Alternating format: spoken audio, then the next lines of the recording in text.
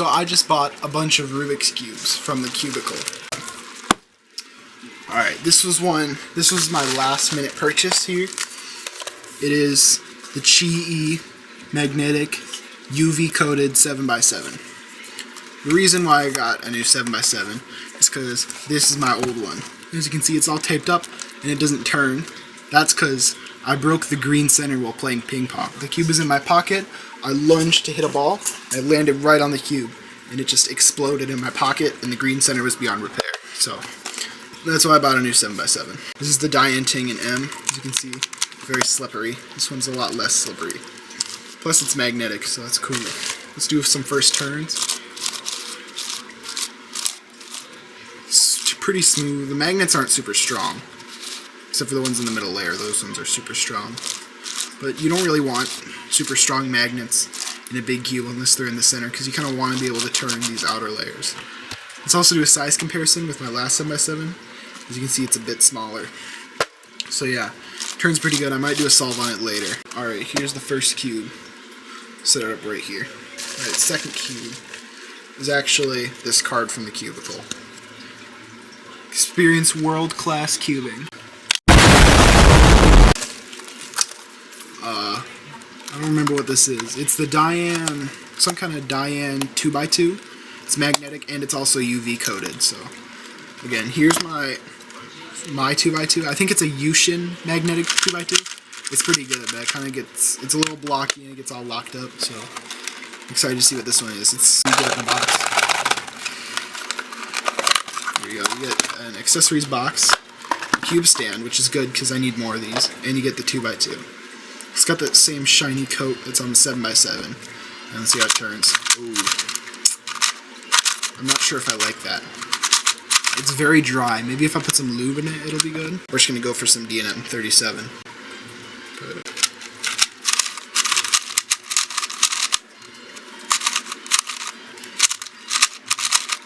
It kind of just locks up a bunch. I don't know. I was kind of hoping this would be better. So yeah, this thing's a little bit disappointing considering it's a couple dollars more than this one, and it's about the same. You know, it turns a little bit worse, but it's got the UV coating. Yeah, this one, it does kind of slip in my hands a little bit, but yeah, with the trade-off that it's not super dry or blocky or anything. I don't know, I'd say this is probably worth about as much as the Yushin 2x2, but I'm not exactly sad. I don't have a whole lot of 2x2s, so it's pretty good. Let's also see what's in this accessories box, I guess. Alright, we got another screwdriver. At least this is one that I've never seen before. And you get an instruction booklet on how to solve a 2x2. Next box.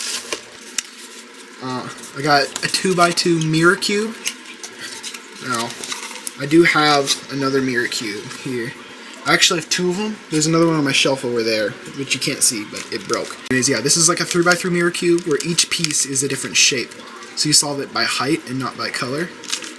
So, it's a pretty neat challenge once you know how to solve a 3x3. But yeah, I got the 2x2 version in silver, because I wanted a silver one. So I just decided to get the 2x2 in silver. So that's pretty neat. So, yeah. Anyways, here's the 2x2 mirror cube. Yep, it shape shifts. So that's pretty neat, I guess. Yeah. It turns, I'm gonna be honest, it doesn't have like the magnets or the UV coating, but it turns a lot better. Just because it's not as dry. There must be some factory lube in it or something. But yeah. That turns pretty good. For some random 2x2. And the box comes with nothing. After this cube, there's another one inside of here. Plus, there's an extra special surprise afterwards. So, here we have the Shengshao Gigaminx. I think. Shengshao, that's Shengshao, right? Or Shengshao, right? Anyways, I got it in stickerless, because I like stickerless puzzles better than stickered. Wow, this thing's like a brick in my hands. You could probably kill someone with this. But yeah. I have the 2x2 Mega Minx, also known as the Killaminx or the Kibaminx, whatever you want. I've got the regular Mega Minx. This is YJ Yuhu V2. It's pretty good. This is like a G puzzle. Yeah, this is the YJ Yuhu V2. It's pretty good. It's magnetic. And then this is the Shengshao Gigaminx, which is like a 5x5. So, that's pretty cool. That's how it turns, yeah. It does not turn well, but I think that's just because it's a big puzzle. You know, it's kind of like turning a regular Mega Minx is already bad, so you're just making the pieces way smaller. This on top here, I guess. This is the last puzzle I have. Here is the GAN 330. This is their small 3x3 speed cube. This one's actually the best option you're going to get if you want a tiny speed cube. This is the Rubik's brand world's smallest cube. It's actually not the world's smallest cube, but it turns terribly, but it is officially released by Rubik's, so yeah, it's the official one. But then this one, this is the Cube Lab 1 centimeter 3x3. As you can see, it's like, yeah, it's like half the size of the Rubik's one, so you could probably swallow this thing and be completely fine. The cube will just come right out. I like how they added a little ruler on the back, so you can be like, yep, it's 1 centimeter. So yeah, let's see how this thing turns. Yeah, I'll put it really close to the camera so you can see. There. It actually turns better than the Rubik's one, and that's wild considering it is like half the size. Yeah, this one's gonna be fun to solve, I bet. I might honestly, when I display this one on my shelf, I might put it back in its packaging just so that I don't lose it. Here, I guess we'll put it in my mouth. Yep, tastes bad. You know, it tastes like a Nintendo Switch cartridge, but like not as bad. Probably just because they don't want people eating it. That was all the cubes for now, but you're gonna have to check in with me like 3 days into the future for this next part. Alright, it's the next day now. You can tell because I'm wearing a different shirt, and I got my other package. Now, if you know anything about Rubik's Cubes, then you'll know by this weirdly shaped box that you already know what the puzzle is. Alright, this is your last chance to guess it. It is a clock, but not just any clock. It's an original Rubik's clock. Here. My light's in the way. I see it's a Rubik's clock, original. See, there's his signature on the bottom, I guess. Patent pending, 1988, Rubik's Company, Matchbox Toys. Yeah, so this is an original one. I believe with taxes, I checked my bank account, and it was only about like $17. I guess I must have sold a lot of these back in the day. But yeah, let's check out the turning. As you can see, the person who sold it to me apparently didn't know how to solve it, so... Oh, this turning does not give me high hopes. It barely turns at all. It looks like it's almost stuck. Ooh, I might have to like take this apart and clean it. Because yeah, it's very gummy. There. Now it's turning. Yeah, this does not turn very well. But hey, we might as well solve this. I see a pretty good scramble here, so we're gonna do this. What? Oh, yeah, I don't like that, don't I? Yeah, alright. Oh, it's like so gummy. Go down.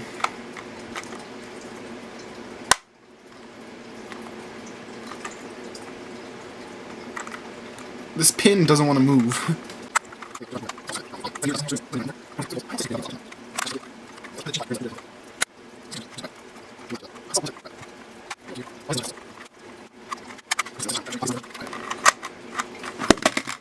Alright, that took 2 minutes and 23 seconds.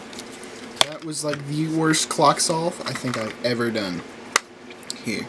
This is like what a rotation on the clock looks like. And then here's that exact same thing on a Chi clock. Yeah, it's so much better. And then pushing down the pins too, it's like a workout. The Chi clock, it's like literally effortless.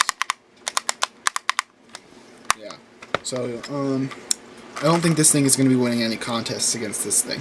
Alright, I'm going to solve these cubes from easiest to hardest, starting with the Diane 2x2.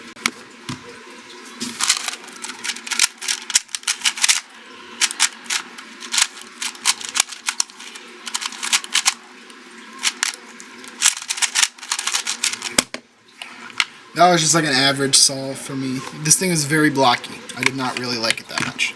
And maybe I just have to break it in a little bit. It'll block like right here, so we're gonna try that.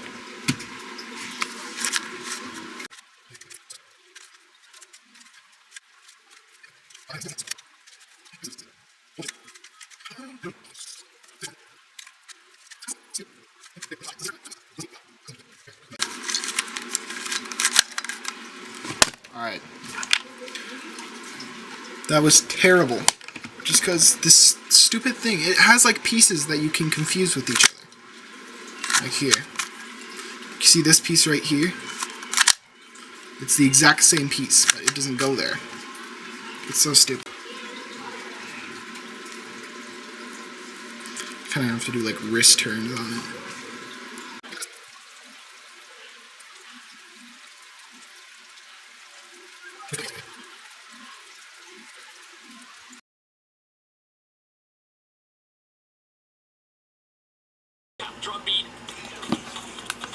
Alright. Let's start in 3, 2, 1.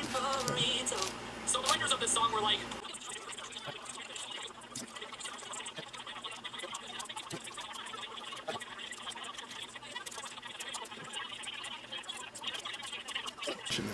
and go.